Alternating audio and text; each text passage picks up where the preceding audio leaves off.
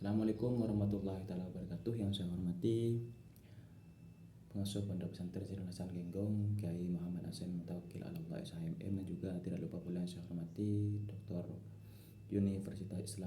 Rektor Universitas Islam Sirul Hasan Genggong, beliau Dr. Aziz Wahab Mageh, Bapak Abdul Aziz Wahab Mageh, juga tidak lupa pula Kaprodi Hukum Agama Islam Buddha Wahidatul Hikmiyah yang saya hormati. Langsung saja, di sini saya akan menjelaskan tentang peta konsep psikologi hukum. Jadi di sini saya akan menjelaskan tentang langkah-langkah kekerasan dalam rumah tangga menurut psikologi hukum. Jadi mungkin teman-teman ini ya, jadi teman-teman pasti sudah banyak mengetahui tentang langkah-langkah atau kekerasan dalam rumah tangga. Yang pertama itu adalah kekerasan secara fisik.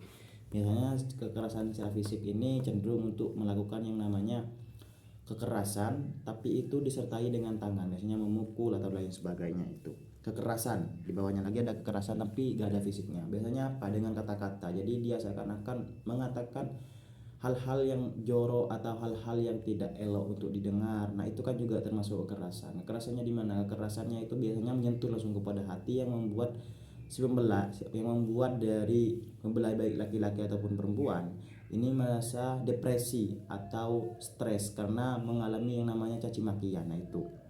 Nah, makanya langkah-langkah kekerasan dalam rumah tangga itu menurut psikologi hukumnya ini dua itu. Tapi juga kalau kita untuk bicara tentang langkah-langkah kekerasan rumah tangga menurut psikologi hukum ini, biasanya bagaimana sih kekerasan tersebut? Ini biasanya nggak lepas, kalau biasanya yang normatif banget ya, atau yang sering kita dengar itu biasanya adalah kayak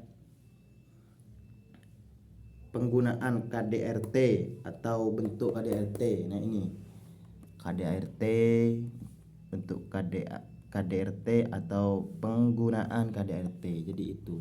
Nah itu biasanya kan juga bagaimana sih perkembangan psikologi hukum itu dalam rumah tangga? Apakah mereka yang sudah menjalani hubungan, baik itu menikah ataupun sudah lama menjalani hubungan keluarga atau suami istri, ini mempertanyakan bagaimana sih perkembangan psikologi hukum terhadap keluarga tersebut.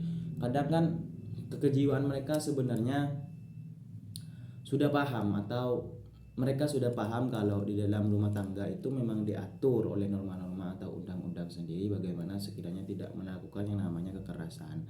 Tapi kadang juga mereka kurang sadar atau mereka lupa sehingga mereka melakukan yang namanya kekerasan fisik atau kekerasan atau penggunaan KDRT atau bentuk KDRT sendiri, karena mereka memang lepas dari psikologi hukum sendiri. Jadi psikologi hukum ini sama sekali tidak mengikat terhadap mereka, atau mereka tidak paham akan psikologi hukum itu sendiri.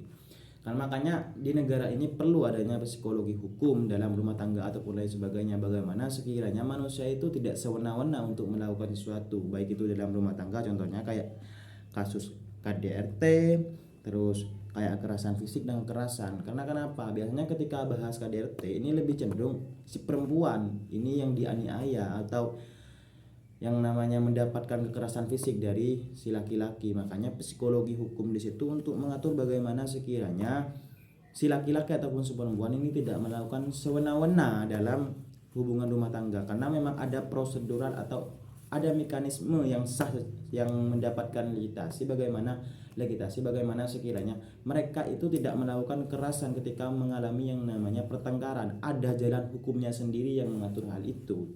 Makanya psikologi hukum itu datang untuk menanggulangi sebenarnya permasalahannya. Nah, mungkin itu untuk peta konsepnya. Mungkin tidak banyak yang dapat saya sampaikan. Akhirul Assalamualaikum warahmatullahi wabarakatuh.